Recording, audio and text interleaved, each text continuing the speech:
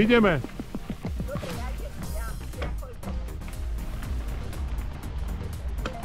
No, tak dneska ideme po ceste rozkvitnutých čerešní na Neusiedli.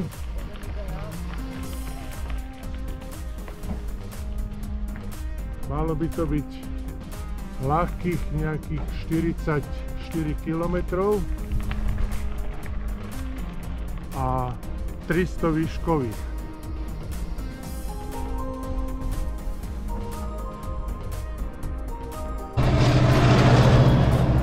Štartovacie miesto je Joyce a trasa sa volá Kirschblütenradweg, to znamená cesta rozkvitnutých čerešní.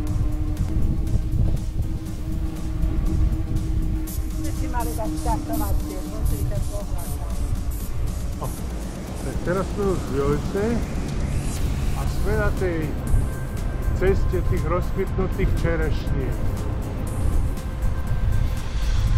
Vinohrady.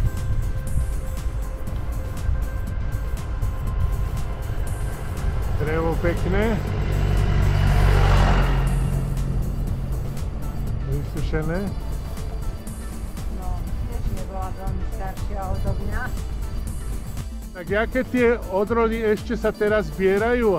Začína sezóna zberu hrozna prvými odrodami u nás na Slovensku, a myslím si, že v Rakúsku je to podobné. Sú to Kirchaj, Oliver, Miller, Leánka, muškát, moravský muškát. To sú také odrody, z ktorých sa aj burčiaky prvé robia. Ďalšie odrody, Veltlín, Riesling, to sú neskôršie odrody, ktoré na prelome septembra, začiatku októbra podľa počasia naozaj. Tak prišli sme už do Vinohradov. Parádna krajina. Hrozná ešte sú na koreni. Ale na zdravie. No dobre, spravíme foto. Medziterské vidieť, no? Neusiedl je vidieť, no. Pravda, nádherné.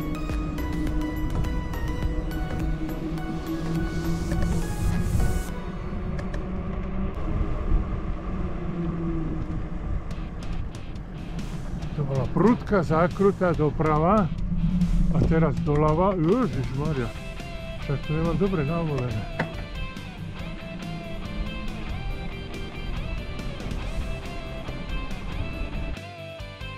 Pekné pivnice.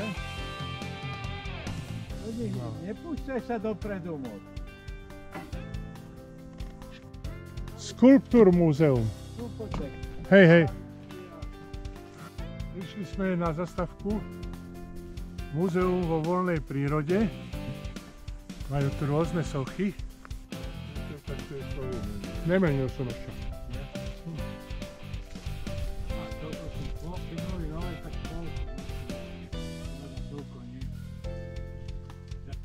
No, tu sú vlastne same tie čerešne. Toto vyzerá byť tá čerešňová alej. A na jar to musí byť krásne rozkvitnuté.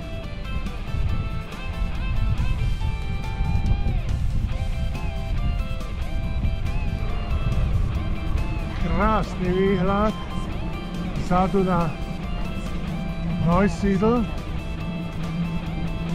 Tam je Neusiedl, mestečko, alebo už sme vlastne v mestečku Purbach.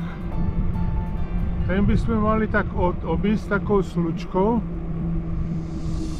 a potom by sme sa mali napojiť na tú B10, čo ide okolo Neusiedlu.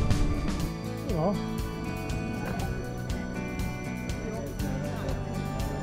Čo? Otvorenú Weinkeller. A teraz si dáme šturm, vínečný. V malebnej uličke s bielými pivnicami sa najedli.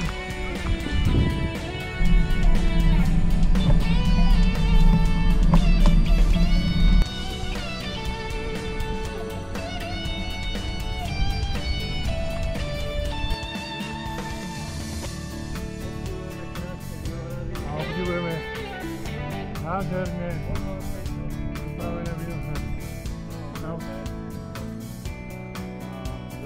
Teraz už sa blížime k Neusídlu. Pri ktorej? Áno.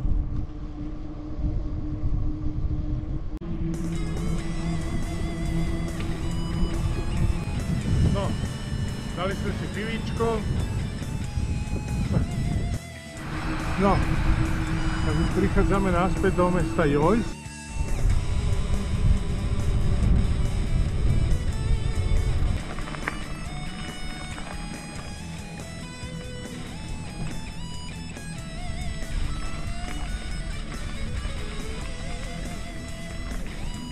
Super.